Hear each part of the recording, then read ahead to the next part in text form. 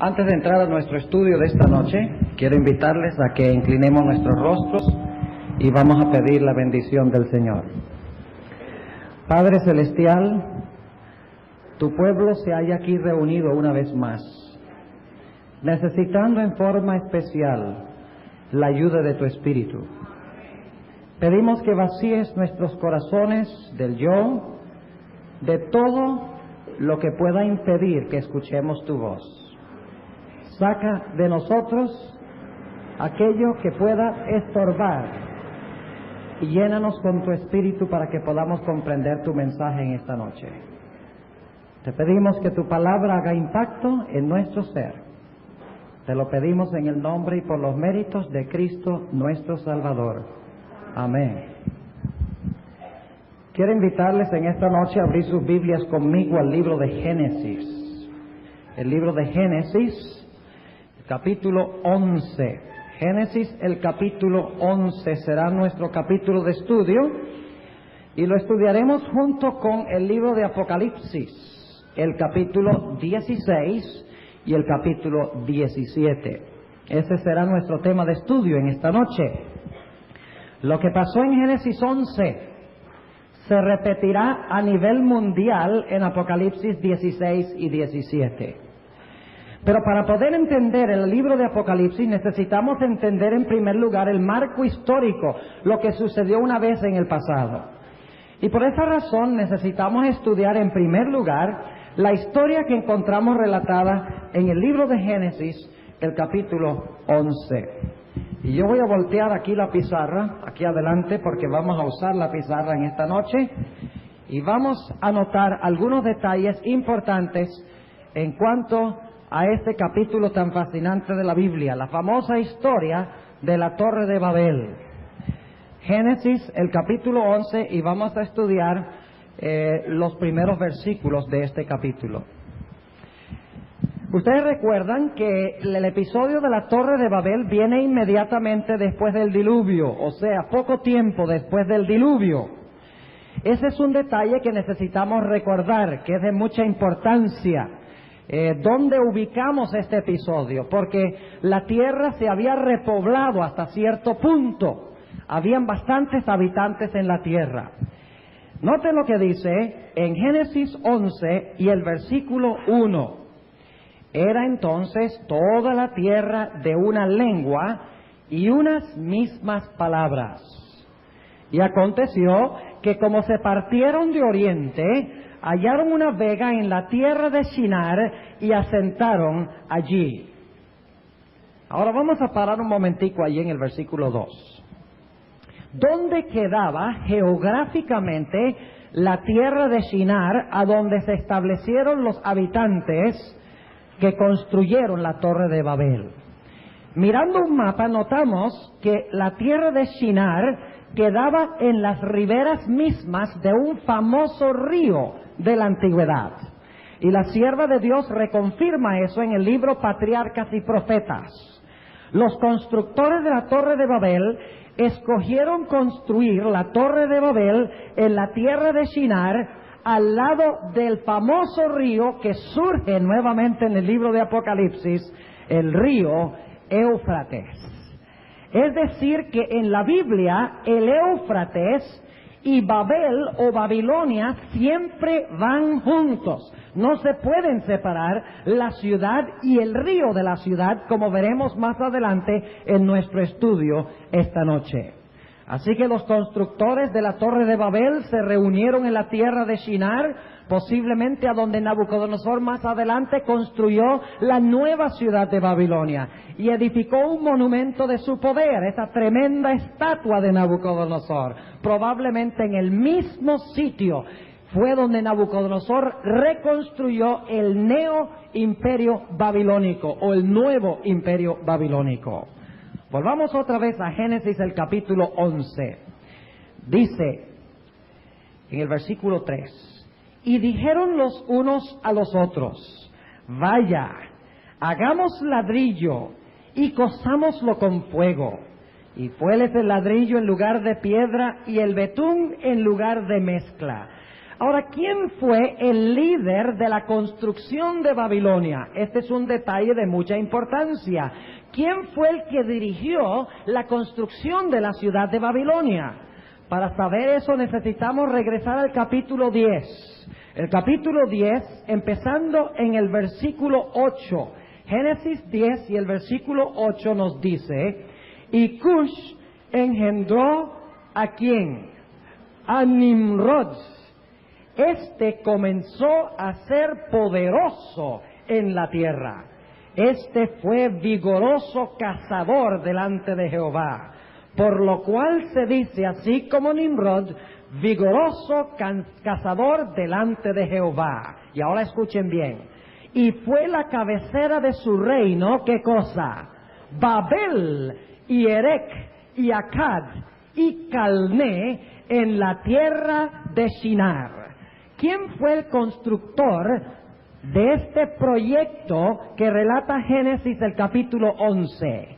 El constructor de este gran proyecto, el cabecilla de este gran proyecto, se llamaba Nimrod.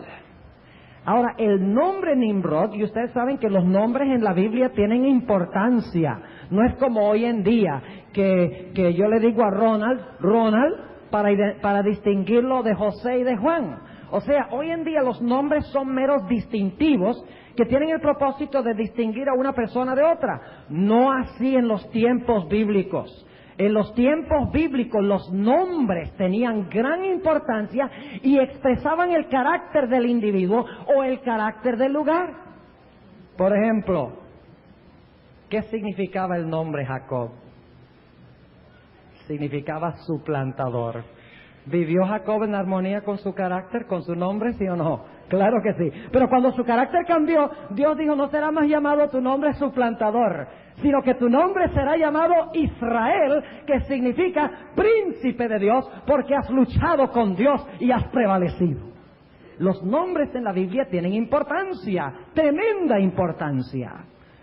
Por ejemplo, Jezabel, mencioné hace algunas noches, el nombre Jezabel significa la consumidora, y en efecto consumió a Sansón. Y podríamos continuar la lista, los nombres de las 7 iglesias de Apocalipsis, el capítulo 2 y 3. Sus nombres son de gran importancia para entender las características de esas iglesias en la época cuando se levantaron. En otras palabras, en la Biblia, los nombres tienen una importancia tremenda e indican el carácter del que posee el nombre. Por eso fue que Nabucodonosor cambió los nombres de los 3 jóvenes, porque él quería cambiar el carácter de los 3 jóvenes. De Ananías, Misael y Azarías, Nabucodonosor dijo, a mí no me sirven esos nombres, porque esos nombres terminan de una forma que exalta al Dios del cielo. Y por lo tanto dijo, ¿cómo puedo hacer yo para que estos jóvenes sean transformados y cambiados? Tengo que empezar cambiándole los nombres. Y por lo tanto los llamó de acuerdo a los dioses de Babilonia: Shadrach, Meshach y Abednego. Inclusive cambió el nombre de Daniel a Belsasar. Muy interesante, porque quería indicar que tenía la intención de cambiar el carácter de los jóvenes. Ahora, volviendo otra vez a Génesis 11, el nombre Nimrod en el idioma hebreo significa rebelión. El nombre Nimrod, repito, significa rebelión. ¿Rebelión contra quién? Rebelión contra Jehová.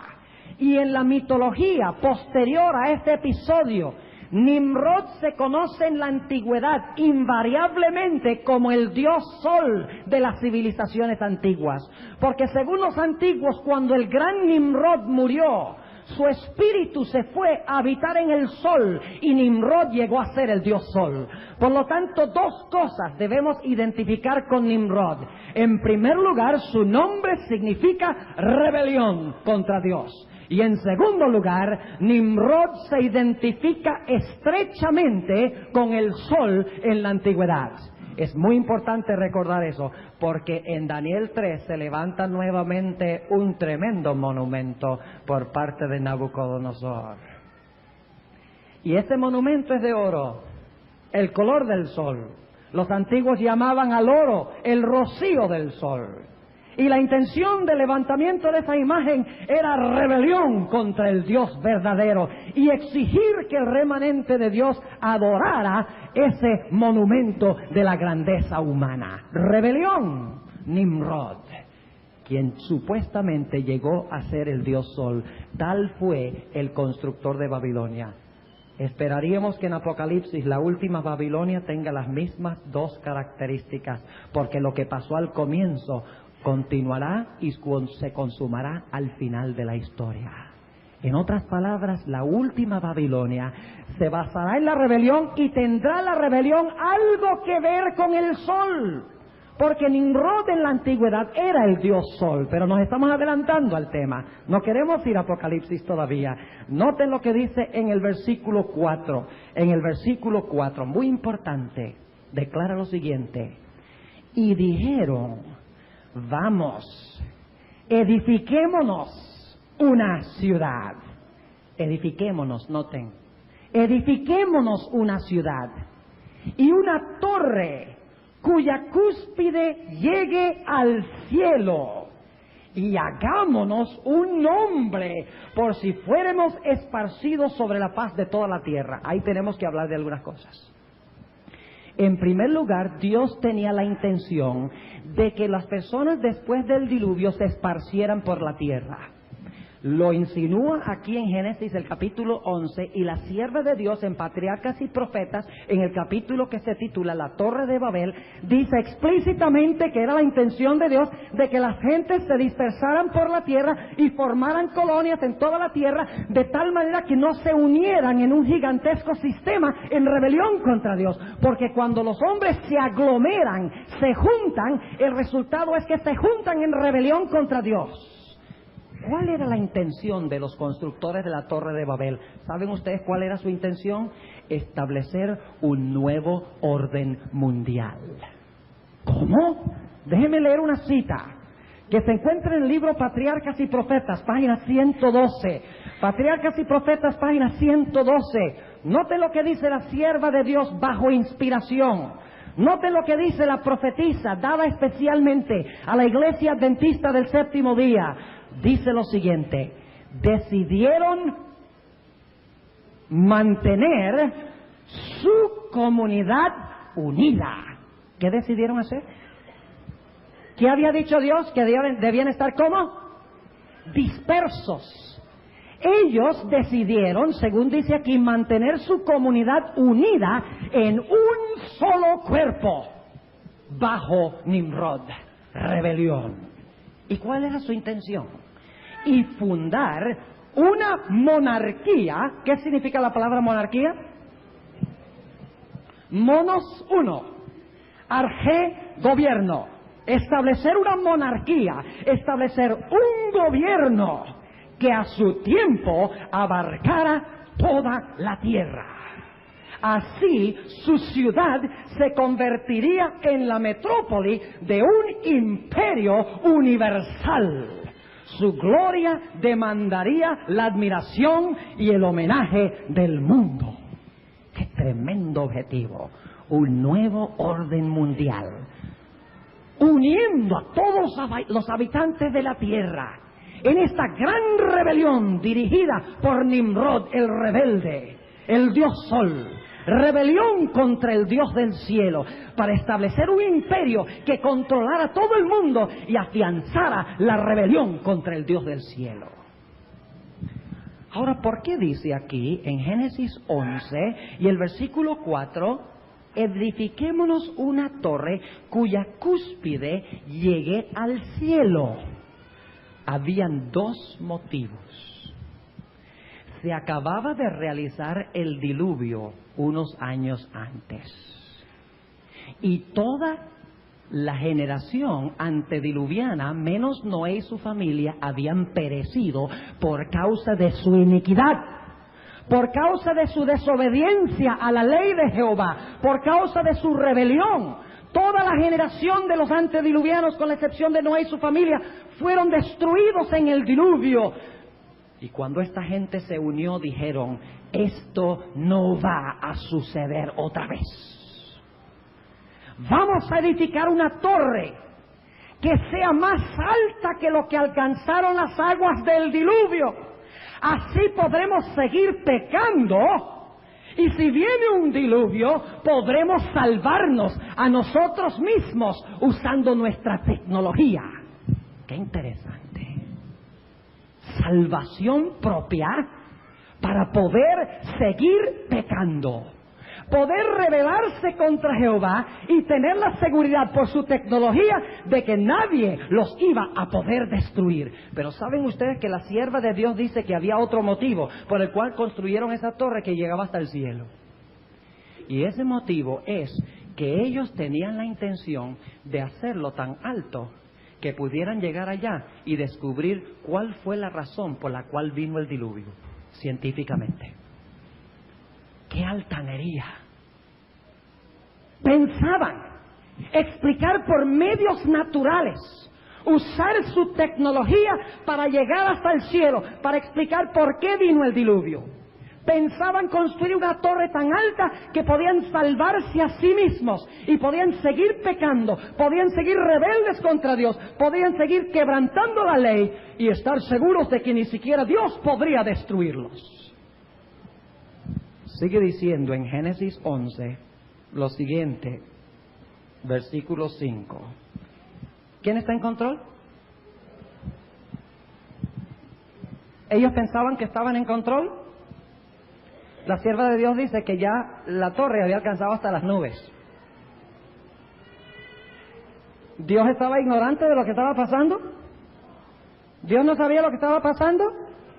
¿Dios no había visto que se habían unido? ¿Dios no había visto que querían construir una torre para salvarse a sí mismos, para alcanzar el cielo por sí mismos y poder seguir pecando, llegar al cielo y seguir pecando, evitar la destrucción y seguir pecando? Un gobierno en rebelión contra Dios, unido, un imperio mundial, un nuevo orden mundial, digno de la admiración de todos los seres del planeta Tierra. ¿Acaso Dios no sabía? Claro que lo sabía, porque Dios está en control.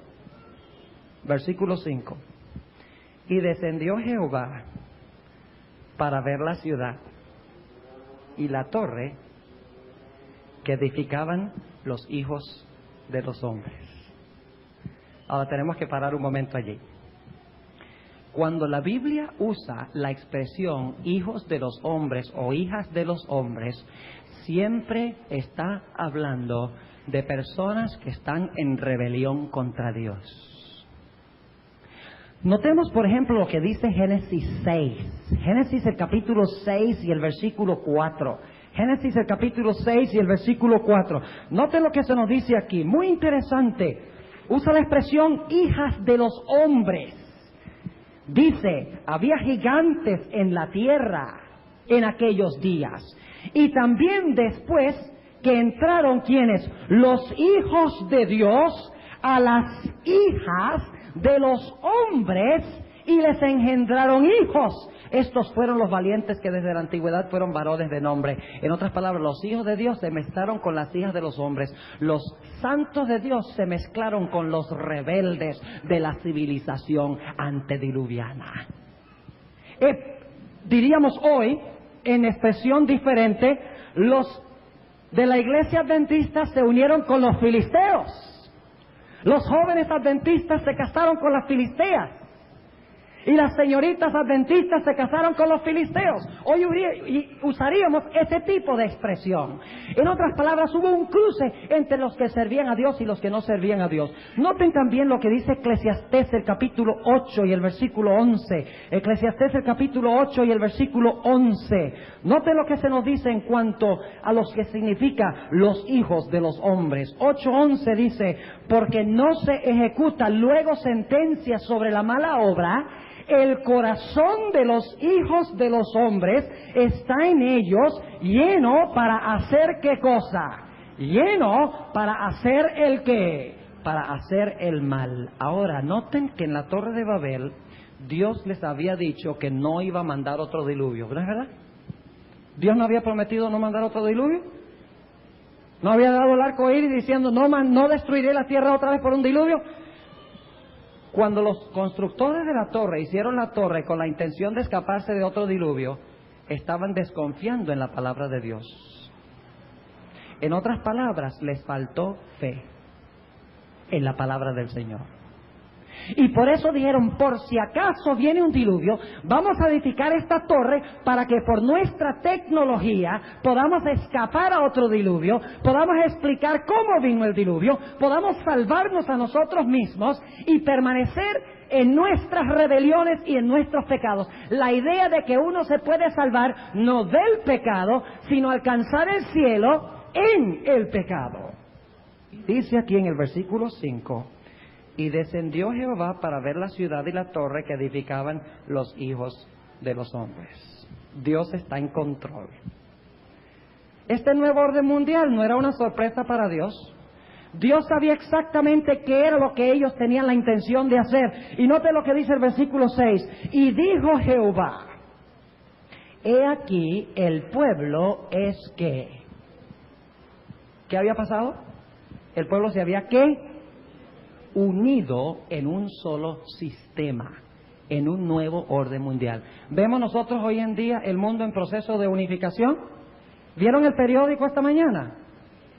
¿Qué apareció en la portada del periódico esta mañana? Muy interesante, después de lo que hablamos aquí en la iglesia. ¿Qué apareció? A ver, ¿alguien quiere decirme qué fue lo que apareció enfrente del periódico? Apareció el líder del capitalismo protestante y el líder del comunismo estrechándose con una sonrisa la mano derecha. ¡Qué interesante! Hay un proceso tremendo de unificación. Nadie quiere estar separado. Cuando las naciones aliadas le ganaron a Saddam Hussein, todo el mundo dijo, yo me quiero unir a esto. Esta es la causa a la cual hay que unirse. Miren, por muchos años las Naciones Unidas no tenían ningún poder. Pero ahora las Naciones Unidas tienen poder, un poder tremendo. Lo que sucedió en el Golfo Pérsico le dio autoridad a las Naciones Unidas. Y va a tener más y más autoridad. Las grandes empresas del mundo se están uniendo unas con otras. Las religiones se están uniendo unas con otras. Todo esto es señal de lo que pronto va a pasar en este mundo. Pero Dios sabe. Dios está en control. Y noten lo que dice Dios. Y dijo Jehová, he aquí el pueblo es uno. Y todos estos tienen un lenguaje. El lenguaje de la rebelión. Un lenguaje. El pueblo uno. Y han comenzado a obrar. Y nada les retraerá ahora de lo que han pensado hacer. ¿Y qué era lo que pensaban hacer? ¿Qué era lo que pensaban hacer? Una monarquía mundial que dominara el mundo. Y una torre que la gente admiraría y diría, ¡qué grande es Babilonia! ¡Qué grande es Nimrod! Y todos se iban a unir en rebelión contra Dios. Es interesante que la hermana White dice que no todo el mundo se unió para construir la torre. Dice que había un remanente fiel en las montañas, en el campo, que no fue a construir. Cuando vieron la rebelión, dijeron, la rebelión no es para nosotros, y se retiraron. Ahora notemos cómo concluye esta historia antes de ir a Apocalipsis. Versículo 7, ¿quién está en control? Lo primero que hace Dios es descender, ¿y qué hace? Mira la torre, como si estos hombres pudieran establecer un imperio en contra de Dios. ¡Qué temerarios!, ¿verdad? En el Salmo 37 dice que cuando los malos parecen prosperar, dice que Dios se ríe. En los cielos dice, estos hombres, ¿qué es lo que están pensando? ¿Que ellos pueden establecer un Reino Unido en contra mía? Eso no puede ser, eso es ridículo. Dios desciende y mira la torre. Y cuando mira la torre y ve cómo progresa, permite que llegue hasta cierto punto. Hay unidad tremenda y el proyecto va viento en popa. Pero luego Dios dice en el versículo 7, ahora pues, descendamos y confundamos allí sus lenguas, para que ninguno entienda el habla de su compañero. Ahora debemos añadir un detalle muy importante que no se menciona en Génesis 11. Se menciona en Apocalipsis y la sierva de Dios lo menciona en el libro Historia de la Redención, página 74. ella dice que no solamente se confundieron las lenguas en Babel, sino que Dios mandó un relámpago y truenos, y el relámpago pegó en la cima de la torre y la derrumbó. Eso es un detalle importante, que aparece cuando cae Babilonia en el futuro, lo cual significa que sucederá en la caída de Babilonia en el futuro. Debe haber sucedido en Génesis 11 también. No necesitamos depender de la hermana White para eso, pero es bueno tener la confirmación de ella. Y demuestra que ella siempre está en armonía con las Sagradas Escrituras. Dice aquí, entonces, confundamos sus lenguas, y están todos trabajando unidos. Fíjense cómo es la rebelión. En la rebelión también hay unidad. Satanás también está uniendo a su gente. ¿Ustedes creen que el papado y el comunismo y el capitalismo en verdad tienen mucho en común? ¿Ustedes creen que en verdad son muy parecidos esos tres sistemas?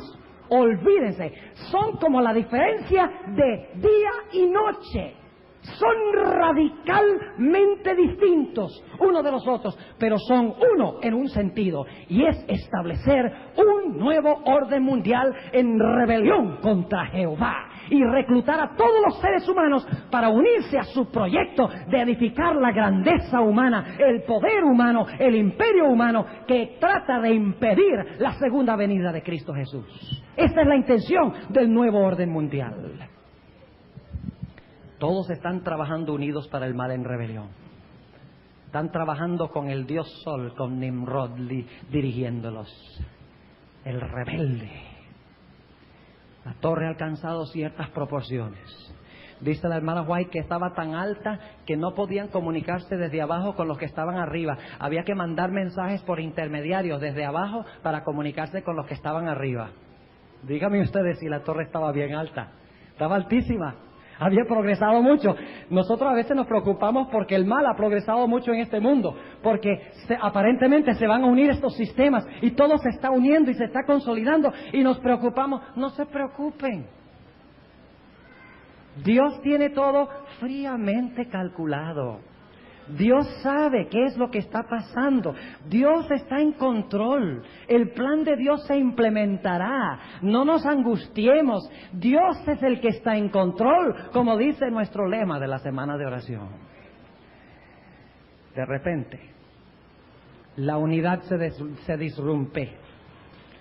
Porque el que está arriba le dice al que está más abajo, "Send me some bricks."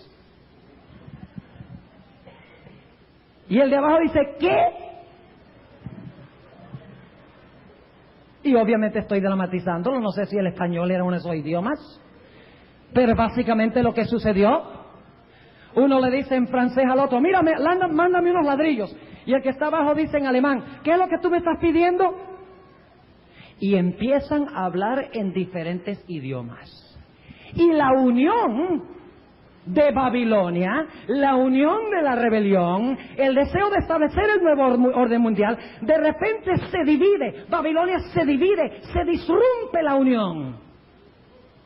Y cuando está Babilonia en confusión, cuando ya la unión ha sido rota y ha sido quebrada, viene un rayo del cielo con truenos y derriba la parte de arriba de la torre, un relámpago enviado por Dios, y se derrumba la torre que estaban haciendo los hombres. Y dice la sierva de Dios algo muy importante, que no dice en Génesis 11, pero sí lo dice en Apocalipsis. Ahora, si lo dice en Apocalipsis, es porque sucedió en Génesis 11, porque Génesis 11 es la base de lo que sucede en Apocalipsis. La sierva de Dios dice que aquellos hombres empezaron a matarse los unos a los otros.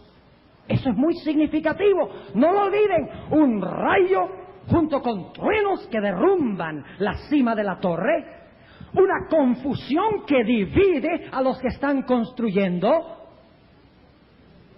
y empiezan como resultado a matarse los unos a los otros. Y dice en el versículo 8, así los esparció. En vez de unirse, ¿qué pasó? Fueron dispersos, fueron desunidos. Dice, así los esparció Jehová desde allí sobre la faz de toda la tierra, y dejaron de edificar la ciudad. Olvidaron su proyecto de establecer el nuevo orden mundial como resultado de la intervención del Dios que está en control. Y dice el versículo 9, por esto fue llamado el nombre de ella Babel, porque allí confundió Jehová el lenguaje de toda la tierra, y desde allí los esparció sobre la faz de toda la tierra. Ahora debemos ir a Apocalipsis, porque esta historia de Génesis 11 se cumple ultimadamente en el libro de Apocalipsis. Hemos hablado del libro de Malaquías Martin, las llaves de esta sangre, the keys of this blood, donde habla de la lucha entre Juan Pablo II, el Oriente comunista y el Occidente capitalista. 3 partes del deseo de establecer el nuevo orden mundial. La hermana White menciona estas 3 partes y el libro de Apocalipsis también. Y las 3 partes se llaman Babilonia. Vamos a Apocalipsis, el capítulo 16. Apocalipsis, el capítulo 16. Y vamos a notar que Babilonia tiene 3 partes. 3 partes unidas. Apocalipsis, el capítulo 16, y vamos a leer el versículo 19. Apocalipsis, capítulo 16 y el versículo 19. Y vamos a volver a este capítulo de este versículo dentro de unos momentos. Dice aquí lo siguiente: y la ciudad grande fue ¿qué? Fue partida. Ahora, si la ciudad grande fue partida es porque antes estaba ¿qué? Unida. Ustedes no pueden partir un pastel en pedazos, al menos que antes estuviera el pastel uno solo, unido. Dice, Babilonia fue partida en cuántas partes, lo cual significa que antes estaba unida en cuántas partes. Estaba unida en 3, porque si es partida en 3, antes había 3 partes donde estaba ¿qué? Unida. Noten lo que dice: y la ciudad grande fue partida en 3 partes, y las ciudades de las naciones ¿qué? Cayeron. Y la grande Babilonia vino en memoria delante de Dios para darle el cáliz del vino del furor de su ira. ¿Cuáles son las 3 partes de Babilonia? Vamos al versículo 13, nos da la respuesta. Y vi salir de la boca del dragón y de la boca de la bestia y de la boca del falso profeta 3 espíritus inmundos a manera de ¿qué? De ranas. ¿Y cuál es la intención de estas 3 divisiones? ¿Cuál es la intención? Noten la última parte del versículo. Dice, y vi salir de la boca del dragón y de la boca de la bestia y de la boca del falso profeta 3 espíritus inmundos a manera de ranas, porque son espíritus de demonios que hacen señales para ir a los reyes de la tierra y de todo el mundo. ¿Para qué? Para congregarlos. ¿Qué significa esa palabra, congregarlos? ¿Qué pasó en la Torre de Babel? Se congregaron todos, se unieron todos en lucha ¿contra quién? Contra el Dios del cielo. Aquí dice, para congregarlos para la batalla de aquel gran día del Dios Todopoderoso. Y ese día de batalla, como veremos, es la segunda venida de Cristo Jesús, cuando Cristo manifestará su control. Así que Babilonia en los últimos días estará unida o dividida. Estará unida, ¿verdad? ¿Y qué es lo que unirá a Babilonia? Dice que Babilonia, que las 3 partes tienen algo en común. Y es que de la boca de cada uno salen 3 espíritus inmundos a manera de ranas. Lo cual significa que Babilonia está bajo el control ¿de qué? Bajo el control del espiritismo. Hará milagros. Estará bajo el control de espíritus inmundos. ¿Qué son espíritus inmundos? ¿Qué son espíritus inmundos? Cuando Jesús estuvo en la tierra, ¿qué echó Jesús? Echó espíritus inmundos, ese es el nombre que se da. ¿Y quiénes eran esos espíritus inmundos? Eran demonios. O sea que Babilonia, lo que distingue las 3 partes de Babilonia, lo que caracteriza las 3 partes de Babilonia, es que los 3 son dominados por el ¿qué? Por el espiritismo. Y no creen ustedes que es la clase de espiritismo donde van a un lugar y hablan con una medium para que les haga aparecer a Abraham Lincoln. Eso está incluido, pero es mucho más. La hermana White habla de un espiritismo refinado que se disfraza en teorías como las que existen hoy de la nueva edad, New Age Theories, que está tomando cautivo el mundo. Ya no llaman la idea de comunicarse con los muertos, no lo llaman comunicarse con los muertos, sino que le usan una expresión casi científica que se llama channeling, ¿ve? Mucho más bonito. Y no le dicen que los espíritus allá son espíritus de muertos. Les llaman por otros nombres. Todo ha sido refinado. Y Babilonia será controlada por estos espíritus de demonios. Noten lo que dice Apocalipsis 18. Apocalipsis el capítulo 18. Algunos han pensado que el dragón representa el espiritismo. Pero en realidad, según este texto, los tres son dominados por el espiritismo. El dragón representa otra cosa aquí. Y les voy a decir dentro de un momento qué representa. La sierva de Dios tiene citas claras que dice qué representa el dragón. Note Apocalipsis 18 y el versículo 2. Desciende un ángel del cielo con gran potencia y clama con fortaleza en alta voz diciendo: caída es la grande Babilonia, y es hecha como... ¿Qué característica tiene Babilonia? ¿Cuántas partes tiene Babilonia? Tiene 3 partes. ¿Están unidas o divididas al principio? Están unidas las 3. ¿Para qué están unidas? Para hacer guerra contra quién.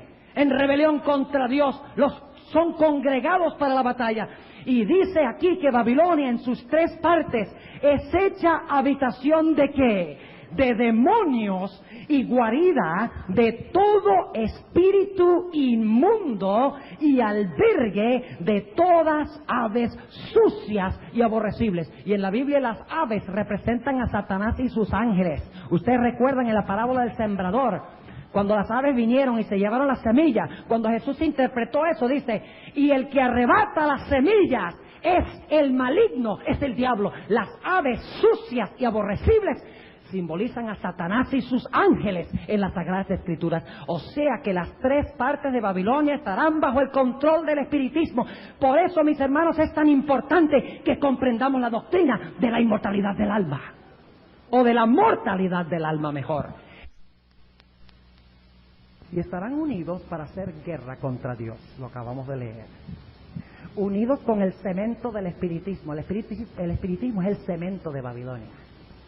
Porque hay una cosa que todas las religiones apóstatas tienen en común.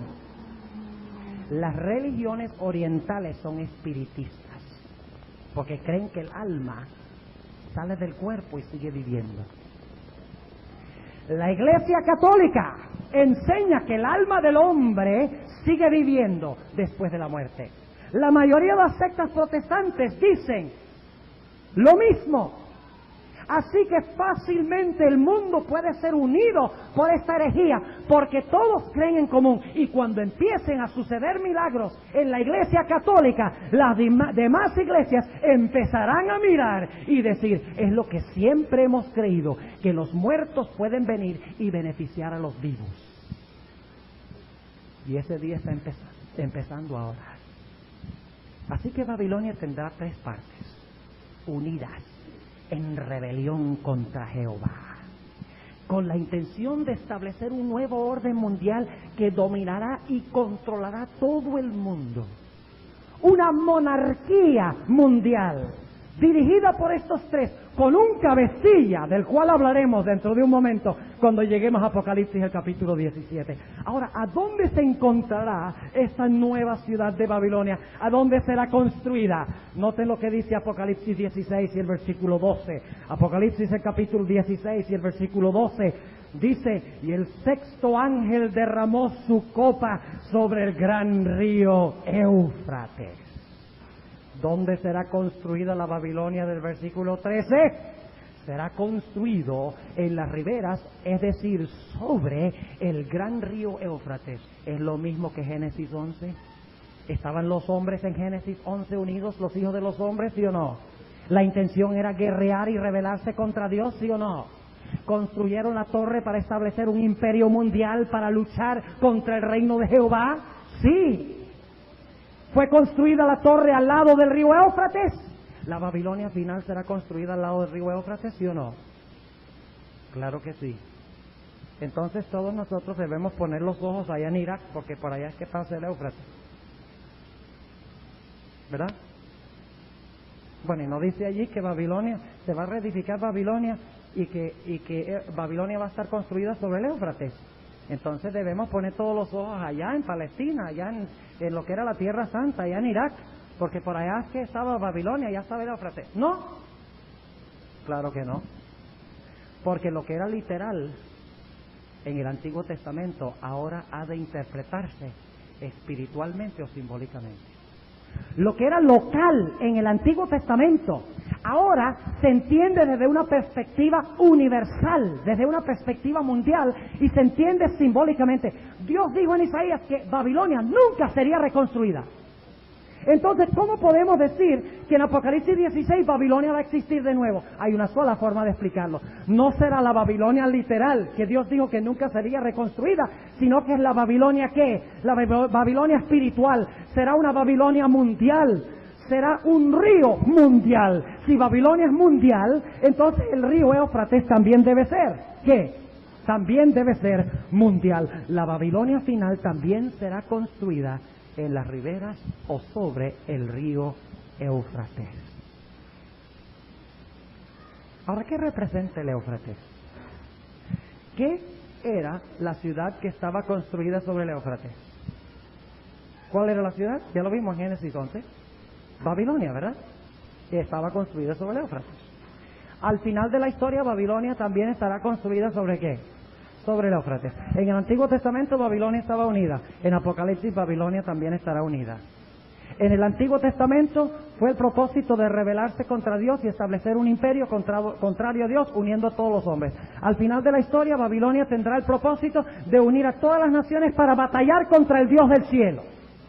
Las mismas características. Pero simbólicamente, ¿qué representa Babilonia? ¿Qué representa el río Éufrates? Bueno, hablemos de las tres partes de Babilonia. ¿Qué representa el dragón? Empecemos allí. Apocalipsis 16 y el versículo 13. ¿Qué representa el dragón? Es Satanás. Es cierto. Pero es algo más que Satanás.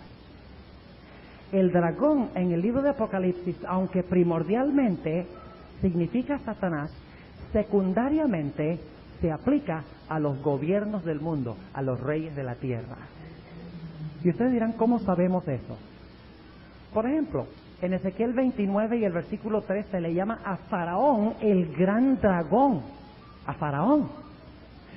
En Apocalipsis 12:4 dice que el dragón se paró al lado de la mujer para devorar a su hijo cuando hubiese nacido.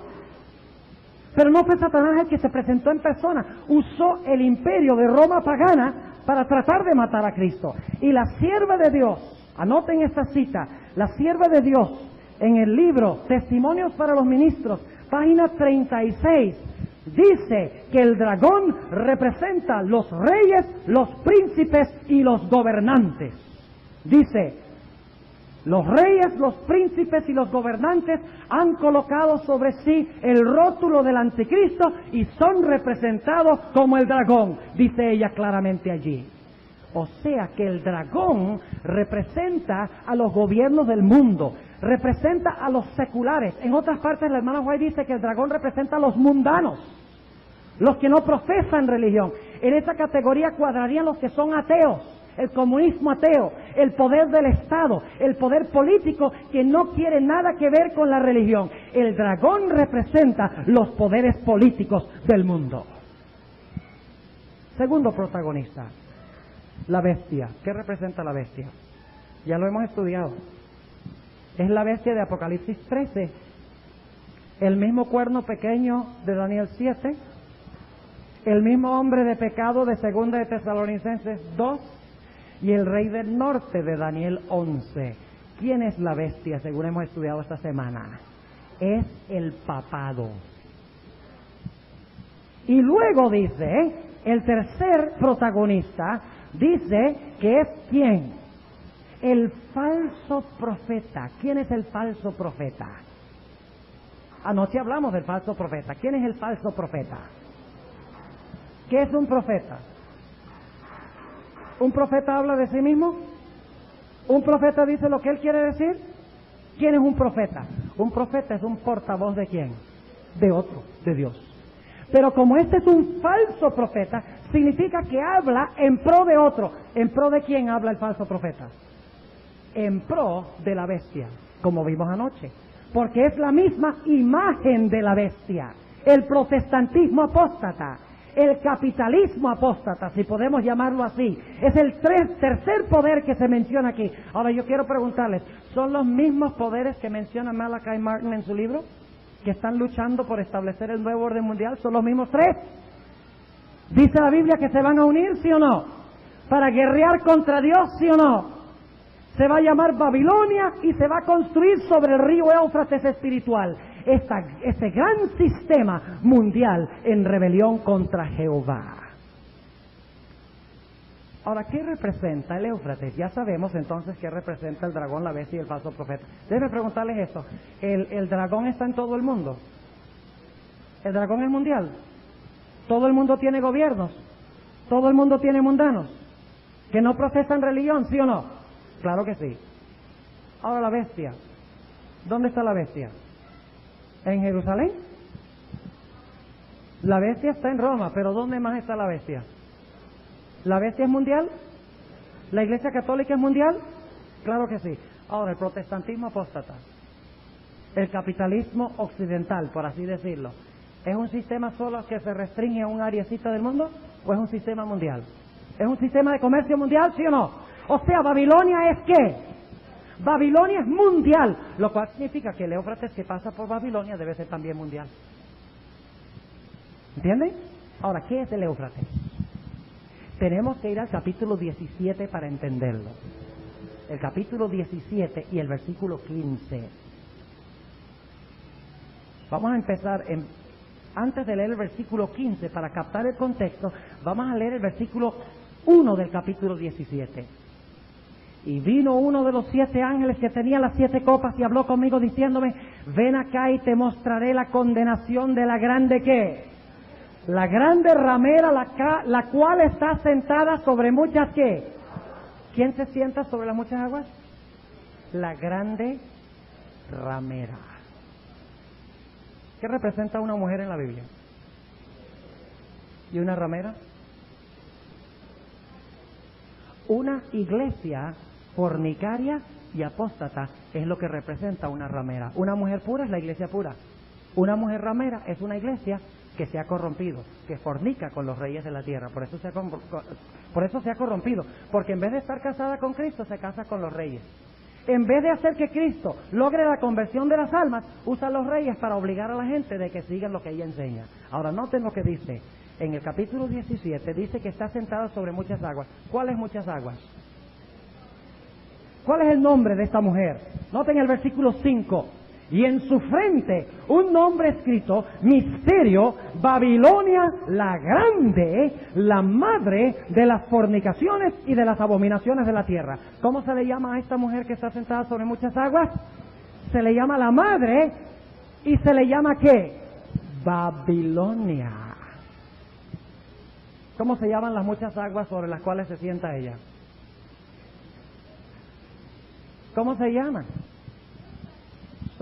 Muy bien. ¿Sobre qué reposaba la Babilonia antigua? Reposaba sobre el Éufrates.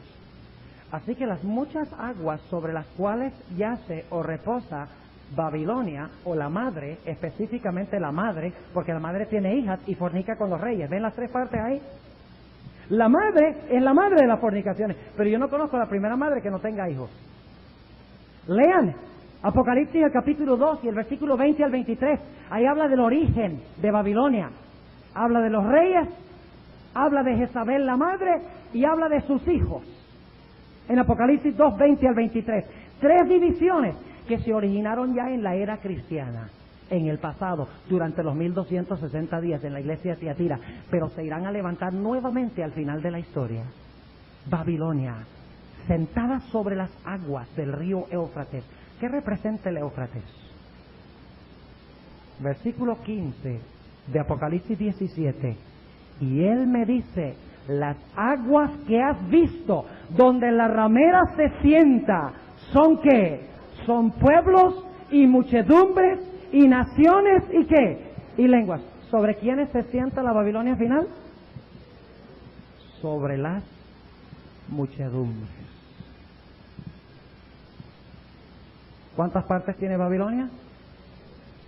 3. Los reyes de la tierra, la bestia, es decir, la madre, y el falso profeta, la imagen de la bestia, o las hijas, según Apocalipsis 17. ¿Van a estar unidos en contra de Dios? ¿Van a ser unidos por el espiritismo, sí o no? ¿En rebelión contra Dios? ¿Cuál será el punto sobre el cual se unirán? ¿Recuerdan que Nimrod llegó a ser el dios qué? ¿Y qué va a imponer este sistema? ¿Qué es lo que van a imponer? La marca de la bestia. ¿Y qué es la marca de la bestia? El día del sol. Sunday. Ese será el punto de rebelión. Al igual que Nimrod significa rebelión y se concebía como el dios sol y unió a Babilonia para luchar contra Dios, para traer salvación propia y alcanzar hasta el cielo.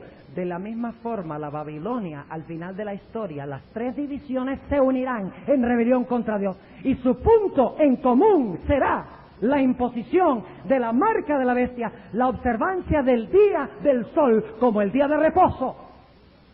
En rebelión contra lo que Dios ha revelado. Dios ha revelado que el Dios sol no es el Dios, que el día del sol no es el día que debemos de guardar. Dios ha revelado que el 7º día conmemora que servimos al verdadero Dios. Así que el que no guarda el sábado está en rebelión contra Dios. Y está unido con el que creían que era el Dios Sol. Están unidos con Nimrod, cuyo nombre significa rebelión. Y si quedan en Babilonia, pertenecerán al nuevo orden mundial, y al nuevo orden mundial le va a pasar algo terrible, como estudiaremos dentro de unos momentos. ¿Están entendiendo por dónde vamos? Ahora, la Babilonia en los últimos días construirá su torre y casi todo el mundo quedará engañado. ¿Qué enseña Babilonia? Noten lo que dice, el conflicto de los siglos, página 629. El conflicto de los siglos, página 629. ¿Por qué aquellas personas construyeron la torre? ¿Por qué construyeron la torre? Porque querían salvarse a sí mismos y querían seguir ¿qué? Pecando. Escuchen lo que hará la Babilonia final. Conflicto de los siglos 629.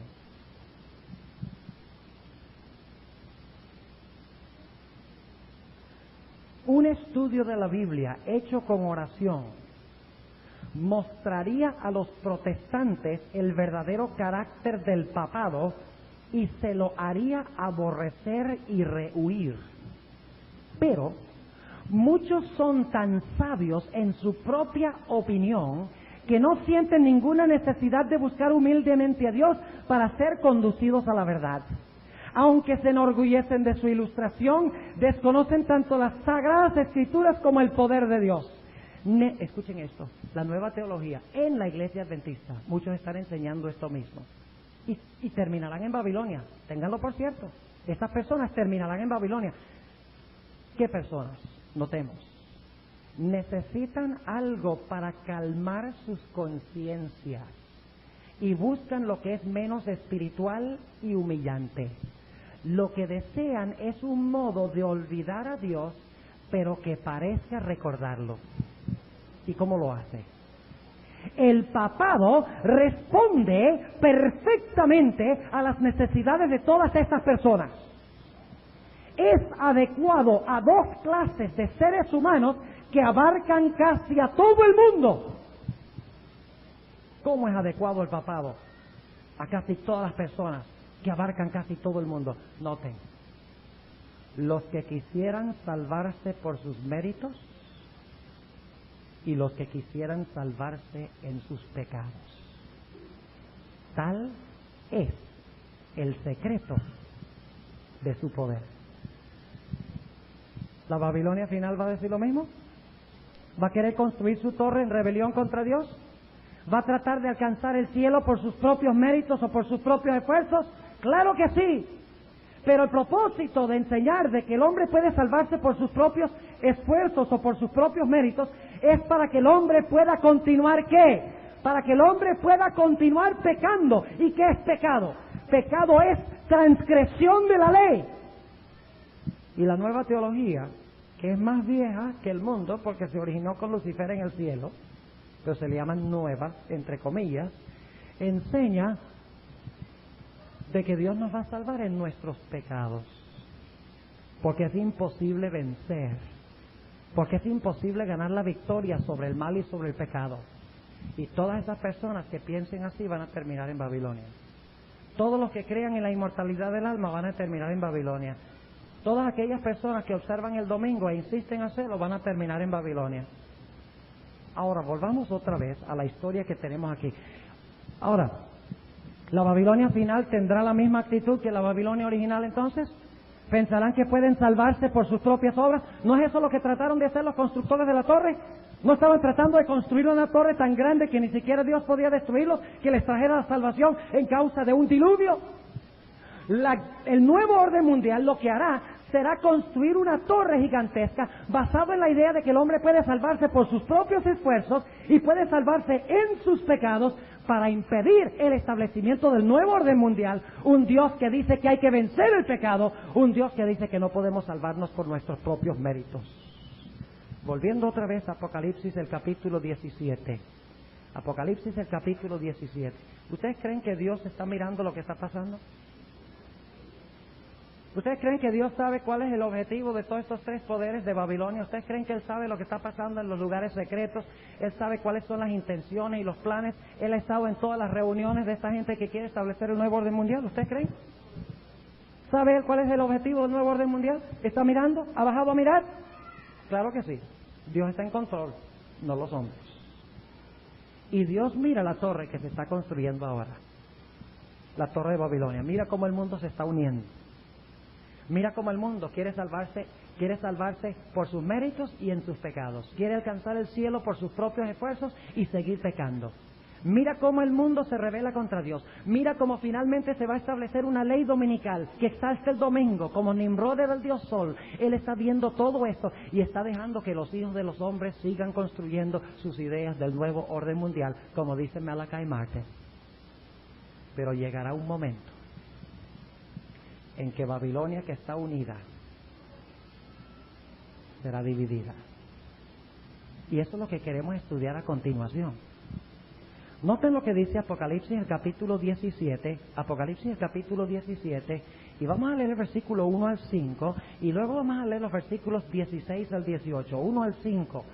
Y vi uno de los 7 ángeles que tenían las 7 copas y habló conmigo diciéndome: ven acá y te mostraré la condenación de la grande ramera, la cual está sentada sobre muchas aguas.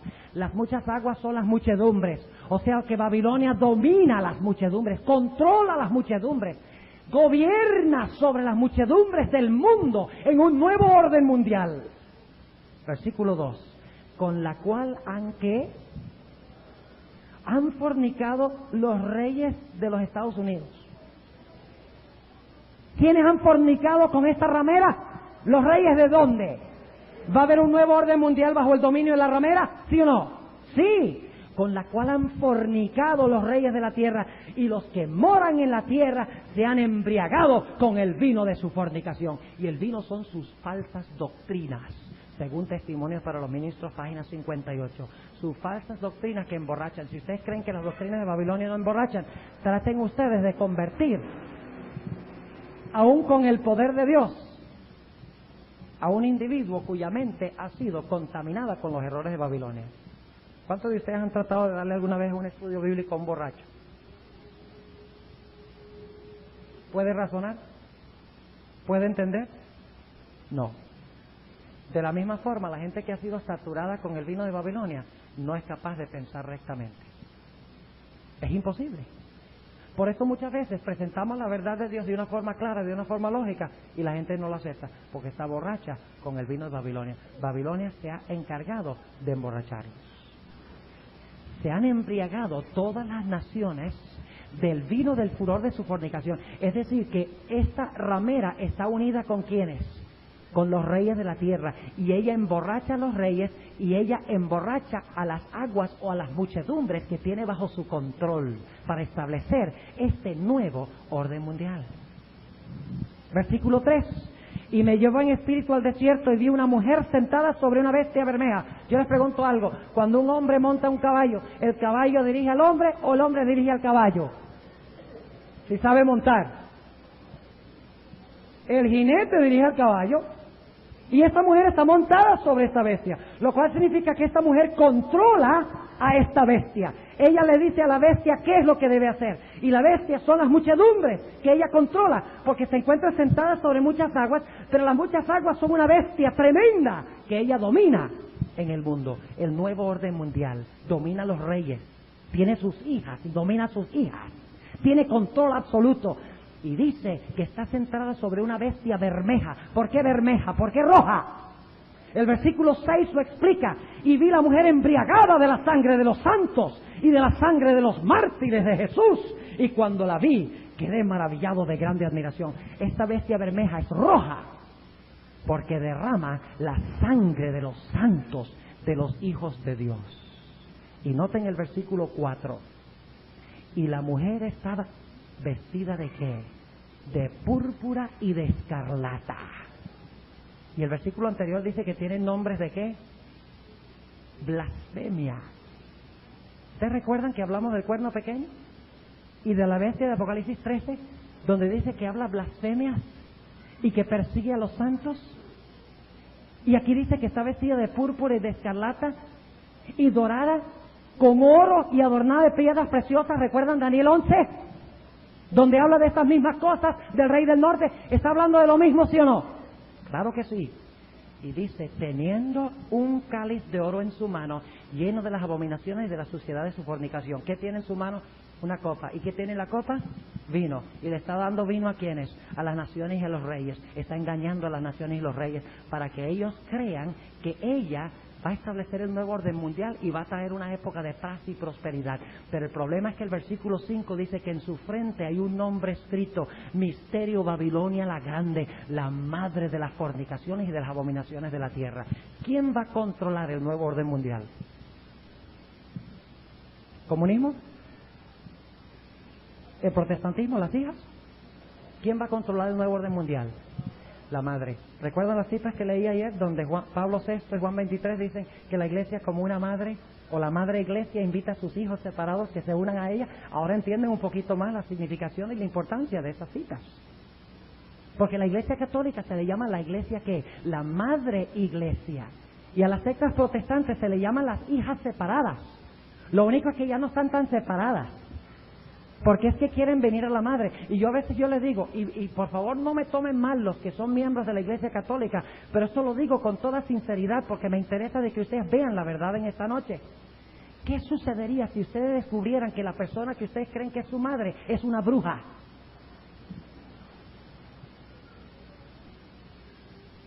¿Seguirían yendo a la madre? ¿Seguirían abrazando y besando a la madre? Ni se le ocurra tal idea, saldrían corriendo. Sin embargo, hay muchas personas que están yendo a la madre, la están abrazando y la están besando a la madre iglesia, cuando esa madre iglesia, dice la Biblia, que está llena de demonios, es una bruja. Y lo digo, no en son de burla, lo digo porque la Sagrada Escritura la presenta como una ramera fornicaria que dominará todo el mundo, a los reyes. Ahora vayamos rápidamente al capítulo 17 y el versículo 16. 17-16 declara lo siguiente: y los 10 cuernos que viste en la bestia. Óigame, ¿cuántos cuernos? ¿Cuántos dedos de los pies? ¿Cuántos cuernos en la cabeza de la bestia de Daniel 7? ¿Cuántos cuernos en la cabeza de la bestia de Apocalipsis 13? ¿Cuántos cuernos en la bestia de Apocalipsis 17? 10. ¿Es el mismo poder, sí o no? Sí. Al igual que en Daniel 2, el hierro y el barro se mezclaron, la iglesia y el Estado se mezcló para obligar a los hombres durante la Edad Media a seguir lo que decía la iglesia. Eso va a suceder de nuevo, porque la ramera, la iglesia, va a fornicar con los reyes de la tierra, dice aquí. Y note lo que dice el versículo 16: y los 10 cuernos que viste en la bestia, algo va a pasar tremendo, algo va a suceder con los reyes. Algo va a suceder con el protestantismo en relación con la madre. ¿Qué van a hacer los reyes? Y los 10 cuernos que viste en la bestia, estos que aborrecerán a la ramera. Óigame. En la sexta plaga dice que las aguas del río Éufrates se secan. Ahora, si las aguas representan muchedumbres, que la ramera se sienta sobre las muchedumbres y las controla, ¿qué significará secarse las aguas? Significa que en algún momento de la historia las muchedumbres le van a quitar su apoyo a la ramera. Y los reyes de la tierra le van a quitar su apoyo. O sea, donde antes Babilonia estaba unida, Babilonia será ¿qué? Babilonia será dividida unos contra otros. ¿No es lo que está diciendo? Porque en el capítulo 17, la primera parte dice que la ramera y los reyes están ¿qué? Gozando en su fornicación. Y la ramera le está dando vino a las muchedumbres, sus falsas doctrinas, le está dando vino a los reyes y se están deleitando. Inclusive controla a los comerciantes y el comercio de la tierra, según Apocalipsis 18, que es lo mismo que Apocalipsis 17, solo que en Apocalipsis 17 se presenta a Babilonia bajo el símbolo de una mujer, mientras que en el 18 se presenta como una ciudad. Y ustedes dicen, ¿cómo sabemos eso? Noten Apocalipsis 17, 18. Dice, y la mujer que has visto es la grande ciudad que tiene reino sobre los reyes de la tierra. Es lo mismo. Solo que en Apocalipsis 17 enfatiza que ella controla a los reyes. En Apocalipsis 18 ella controla el comercio. Interesante. Y todos están unidos.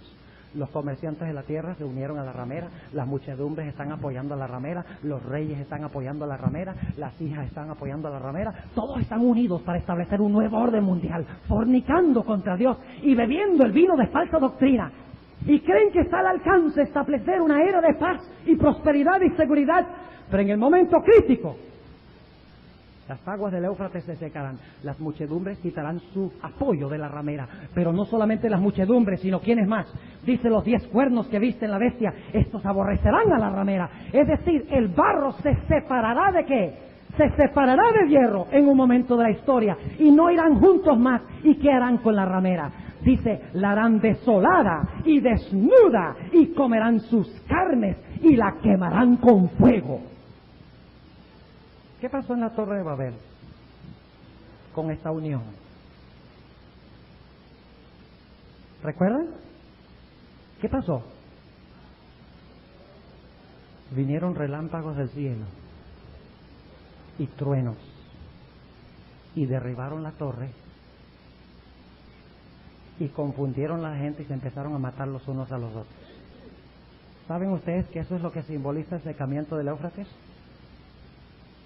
Las muchedumbres se les secan a Babilonia, y para entender esto hay que volver al Antiguo Testamento, a la historia de Israel cuando estaba a orillas del Mar Rojo. Hay muchas historias bíblicas que hay que incluir aquí, pero solo voy a mencionar esa. Ustedes recuerdan que Israel se encontraba a orillas del Mar Rojo y el mar estaba unido,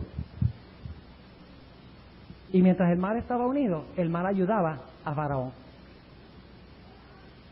Pero luego Moisés extendió su vara y las aguas se dividieron. Esa es la palabra que se usa ahí en el libro de Éxodo, capítulo 14. Dice que las aguas se dividieron.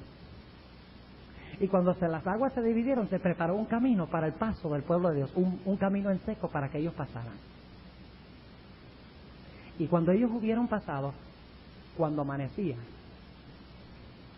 dice que Dios llovió sobre y este es un detalle que no está en Éxodo 14, mucha gente lo desconoce, pero el Salmo 77 dice que Dios llovió sobre ellos piedras de granizo, y dice que llovió sobre ellos relámpagos y tempestuosa lluvia, y como resultado se atascaron las ruedas y se empezaron a caer las ruedas de las carretas, y las aguas que estaban unidas antes, que eran enemigas del pueblo de Dios, que se habían dividido, se habían secado, porque esta expresión también se usa, las aguas que se habían secado y dividido para dejar pasar al pueblo de Dios, ahora de repente las aguas enfurecidas se unen, ¿para qué? Para aniquilar a Faraón y sus gentes. Eso es lo que va a pasar con Babilonia. El pueblo de Dios estará a orillas del Mar Rojo espiritual, sin escape. Todos habrán decidido una noche dar el golpe decisivo que reducirá al remanente al silencio. Dice la hermana White que estarán escondidos en las cuevas, en las montañas, algunos en las cárceles, mientras que hombres armados andarán por todas partes, listos a emprender la obra de destrucción como Faraón contra Israel. Pero Dios está en control. Nuevo orden mundial, está para aniquilar a los hijos de Dios. Y esa es la característica de Babilonia. Babilonia tiene dos características en la Biblia. En primer lugar, Babilonia depende sobre la sabiduría humana y enseña tradiciones y enseñanzas humanas. Y en segundo lugar, procura destruir a los que no van en armonía con lo que ella enseña. Lean todo lo que hay en la Biblia en cuanto a Babilonia, esas son sus características. Enseña doctrinas humanas y luego entonces los que no cuadren con las doctrinas, procura matarlos. Exalta la grandeza humana y cuando algunos dicen, no, yo no voy por lo que dicen los hombres, Babilonia dice, entonces te matamos. Esas son las dos características principales de Babilonia en las Sagradas Escrituras. Y cuando Babilonia esté toda unida, no habrá escape para el pueblo de Dios. De repente las aguas del Éufrates se van a secar como el Mar Rojo y van a preparar el camino para la entrada del pueblo de Dios. La sexta plaga dice, y las aguas se secaron para preparar el camino para los reyes que vienen del oriente. Y cuando Cristo viene, viene con granizo y viene con tempestuosa lluvia de fuego, al igual que en el Mar Rojo, del oriente viene. Y se abren las aguas. Las muchedumbres quitan su apoyo de Babilonia, los reyes quitan su apoyo de la ramera. El protestantismo apóstata dice, no, ¿por qué seguimos lo que tú decías? Dicen a la ramera, y las aguas se secan. Y bajo la séptima plaga se derrumba todo el sistema. Y se empiezan a matar los unos a los otros. Noten lo que dice Apocalipsis, el capítulo 16 nuevamente. Dice en el versículo 17, después del secamiento de las aguas, dice, y el séptimo ángel, versículo 17, derramó su copa por el aire y salió una grande voz del templo, del cielo, del trono, diciendo, hecho es. Es importante eso, pueblo. Note que de dónde salió la voz. Tenemos que tener cuidado con lo que leemos. Dice que sale la voz del templo, del cielo, del trono. ¿Cuál es el trono de Dios en el templo celestial? ¿Cuál es el trono de Dios en el templo celestial? El arca del pacto. ¿Y qué está dentro del arca del pacto? ¿Saben ustedes lo que trae las plagas? ¿Quieren saber lo que trae las plagas? Dice que los ángeles salen del templo para derramar las plagas. Salen del lugar santísimo, según Apocalipsis 15. Salen del lugar santísimo para derramar las plagas. O sea que las plagas vienen del arca. ¿Y por qué plagas del arca? ¿De dónde saca eso? La Biblia. ¿Qué había dentro del arca? La ley de Dios. El castigo sale del templo, del arca, porque los habitantes de la tierra han hecho ¿qué?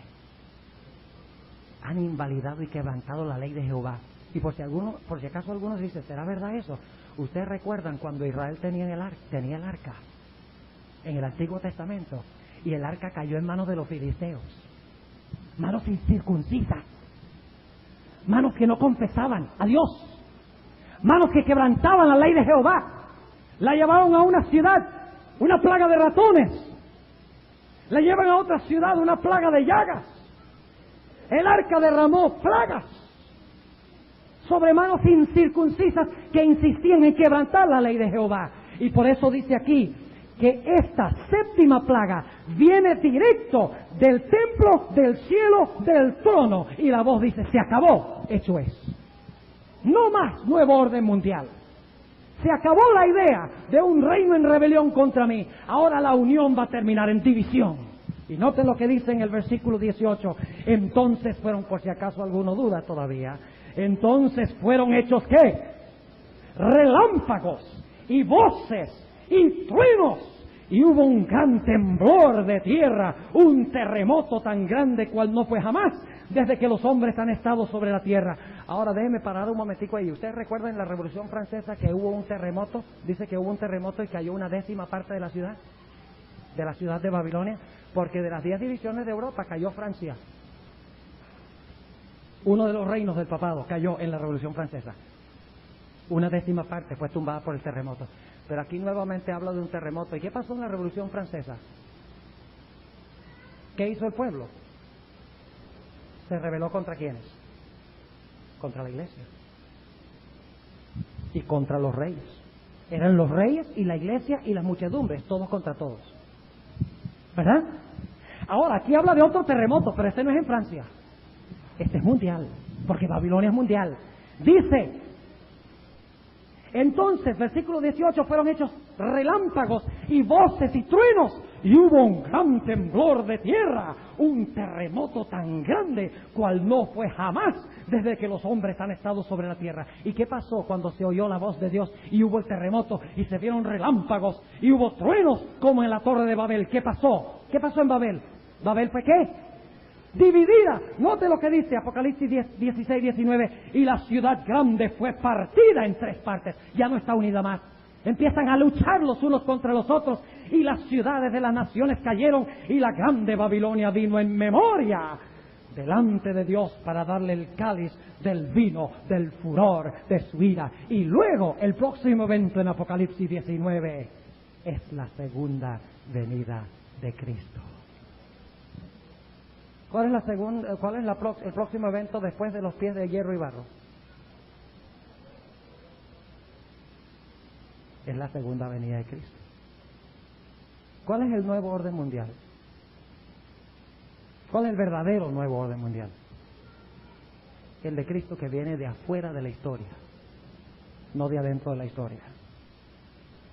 No viene como resultado de reestructurar la economía del mundo, o de que los reyes de la tierra se unan con la iglesia, o de que el protestantismo imponga el día domingo como día de reposo. No viene como resultado de nada de eso. La Biblia deja muy en claro que el único nuevo orden mundial vendrá por parte de uno que es eterno, uno que viene de afuera de la historia, el verdadero Dios, que vendrá como Rey de Reyes y Señor de Señores. Antes de terminar en esta noche, tenemos que leer el testimonio de Isaías 47. Isaías, el capítulo 47, habla de la caída de Babilonia y de la actitud de Babilonia. Isaías, el capítulo 47. Noten la actitud de Babilonia. Y vamos a empezar leyendo en el versículo 4. En el versículo 4 de Isaías 47. Nuestro Redentor, Jehová de los ejércitos es su nombre, el Santo de Israel. Siéntate, calla y entra en tinieblas, hija de los caldeos, porque nunca más te llamarán señora de reinos. Enojéme contra mi pueblo, profané mi heredad y entreguélos en tu mano. No les hiciste misericordia. ¿Qué pasó con Babilonia? ¿Qué no hizo con el pueblo de Dios? No tuvo misericordia con el pueblo de Dios. Sobre el viejo agravaste mucho tu yugo. ¿Y qué dice Babilonia? Versículo 7.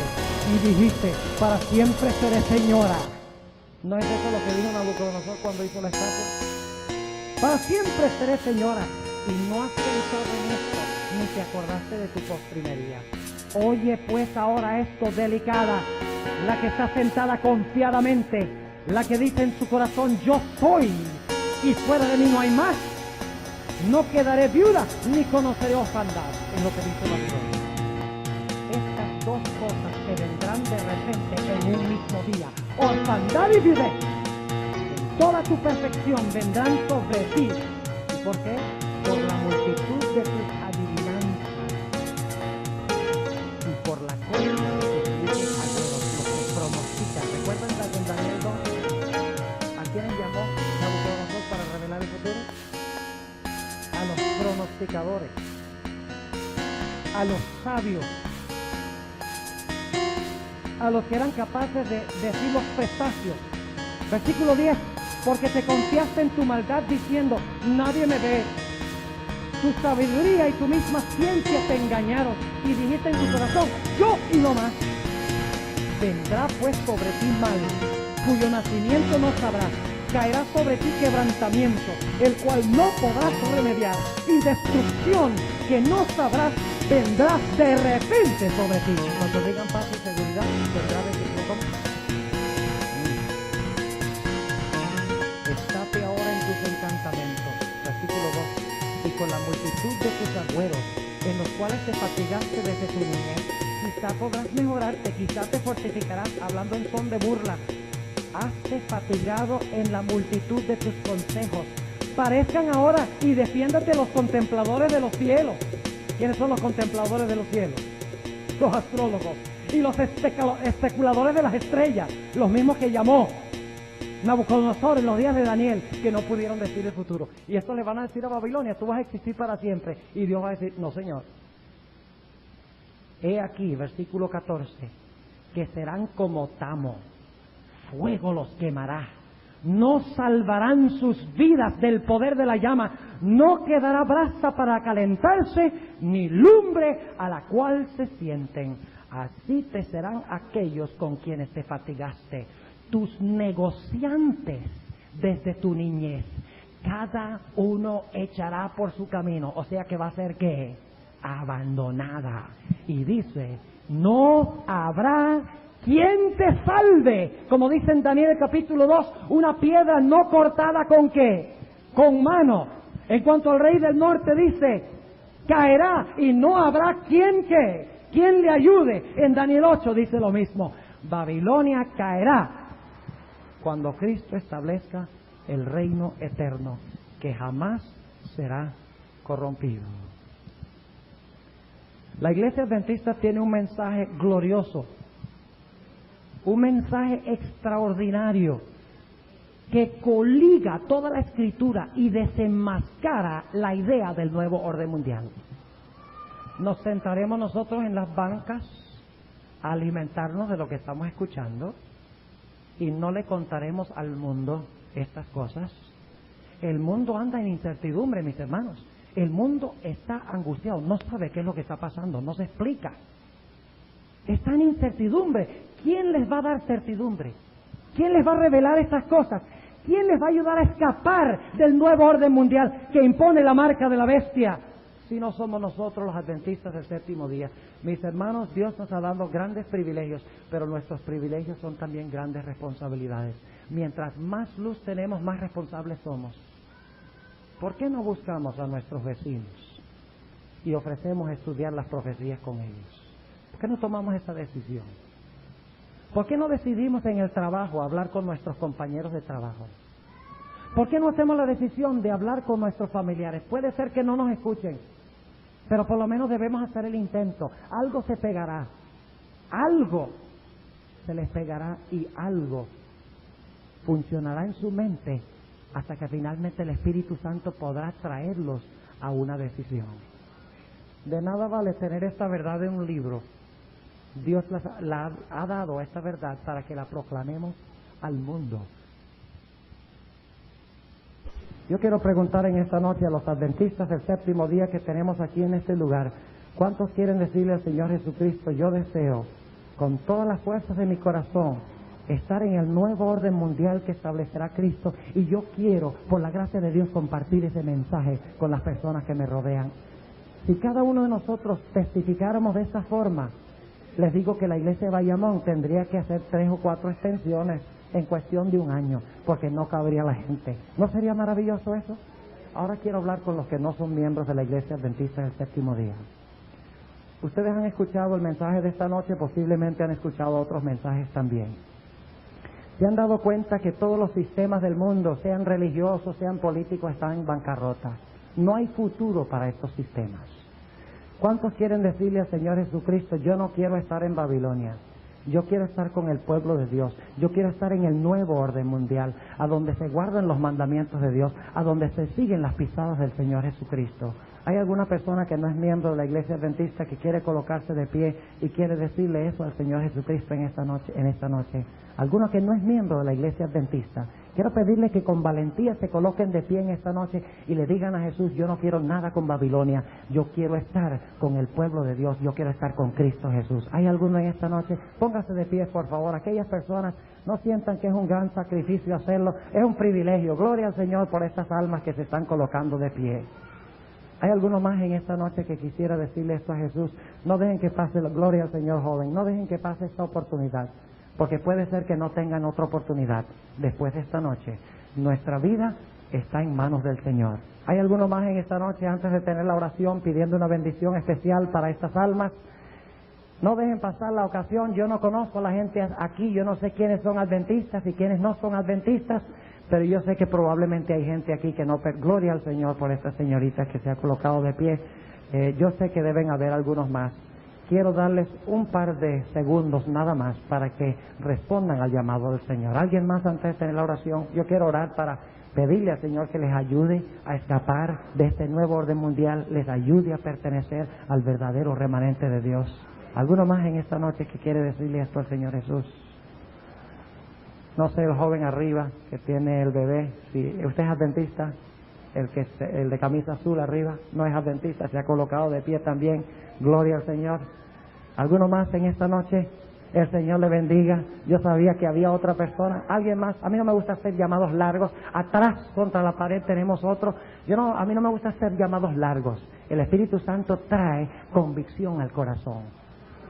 Voy a tener la oración en un par de instantes. El tiempo se acaba, la oportunidad por esta noche se cierra.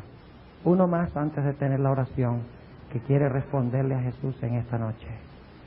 Si mientras estoy orando hay alguno más que quiere colocarse de pie y quiere decirle esto al Señor Jesús, háganlo mientras todos los ojos están cerrados, mientras que todos están meditando en la oración, colóquense de pie, oremos. Nuestro Padre y nuestro Dios, en esta noche hemos estudiado en cuanto al plan que tendrá el hombre de establecer un nuevo orden mundial en rebelión en contra de tu gobierno. Señor, está claro en nuestras mentes que ningún sistema de este mundo puede perdurar o permanecer. Y por esa razón en esta noche queremos aliarnos con tu reino. Queremos aliarnos con Jesús, el Rey de Reyes y Señor de Señores, porque los que están con Él son llamados y elegidos y fieles. Te doy gracias por las almas que se han colocado de pie. Han respondido a tu llamado de salir de Babilonia e ingresar a tu pueblo y pertenecer al verdadero nuevo orden mundial. Te ruego, Señor, que tú bendigas a estas almas que se han colocado de pie y que nada en el mundo estorbe el paso de unirse con tu remanente y de desechar de una vez por todas a Babilonia. Y ahora, Señor, si hay alguno más en esta noche, mientras todos los ojos están cerrados, si hay alguno más en esta noche que quisiera decirle al Señor Jesús, yo quiero escapar de las cosas que sucederán en el mundo y quiero aliarme con Jesús, yo pido que tú toques el corazón de esas personas para que se coloquen de pie en este mismo instante. Gracias, Señor, por haber escuchado esta oración. Una oración sincera que expresa el deseo intenso de mi alma. Te ruego, Señor, que todos podamos escapar las cosas que vienen y podamos encontrarnos en el reino eterno que será establecido por nuestro amante, justo y perfecto Señor Jesucristo. Gracias, Señor, por haber estado con nosotros y gracias por responder nuestra oración. En el nombre de Jesús. Amén.